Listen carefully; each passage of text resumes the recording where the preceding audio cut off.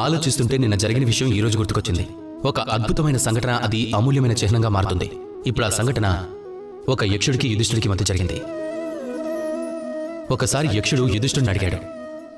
అతను ఇలా చెప్పాడు, ఒకవేళ మీరు నా ప్రశ్నకు సమాధానం ఇవ్వగలిగితే అప్పుడు నేను మీ అన్నదమ్ములందరికీ పునర్జన్మను కల్పిస్తాను అని. అందులో చాలా కఠినమైన మహత్వపూర్ణమైన ప్రశ్న ఇది. ప్రపంచంలో అన్నిటికన్నా పెద్ద ఆశ్చర్యమైనది ఏమిటి అని. ఈ ప్రశ్న నేను మిమ్మల్ని అడుగుతున్నాను. ఇప్పుడు ఒకరు చెప్తారు స్వర్ణంతో తయారు చేసిన లంక అని. ఇది ప్రపంచంలో అన్నిటికన్నా ఆశ్చర్యమైన విషయం అని. ఒకరు చెప్తారు హిమంతో తయారయ్యి ఆకాశాన్ని తాకుతున్నట్టుండే పర్వతం అని. ఒకరు చెప్తారు సముద్రం అని, దాని లోతును తెలుసుకోవడం అసాధ్యం కాబట్టి. ఒకరు చెప్తారు వాయువని, అది కనిపించదు కాబట్టి. అలాగే అది మనకు జీవితాన్ని ప్రదానం చేస్తుంది. ప్రపంచంలో అత్యంత ఆశ్చర్యమైనది ఏమిటి? ఈ ప్రశ్నకు సమాధానం యుధిష్ఠుడు చెప్పాడు. శ్రేష్టమైన సమాధానం ఇచ్చాడు, మంచి సమాధానమే ఇచ్చాడు.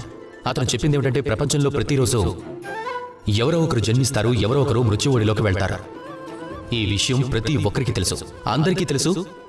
నేను జన్మించాను, మళ్ళీ ఏదో ఒక రోజు నేను కూడా మృత్యువును పొందాల్సిందే అన్నది. ఇప్పుడు ఈ విషయం ప్రతి ఒక్కరూ తెలుసుకోవాలి. అయితే ఎందుకు ప్రతి ఒక్క వ్యక్తి ఈ చింతలో ఉంటారు, పరధ్యానంలో ఉంటారు, బాధపడుతూ ఉంటారు?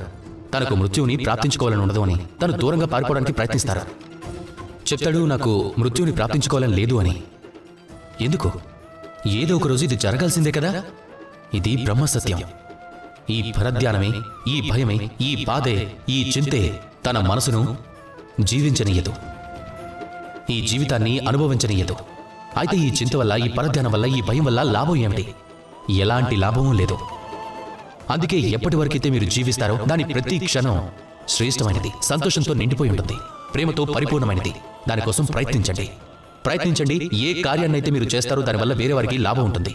ఈ ప్రయత్నం మీ జీవితాన్ని సంతోషంతో, ప్రేమతో నింపుతుంది. నాతో కలిసి మీరంతా ప్రేమగా చెప్పండి, రాధాకృష్ణ.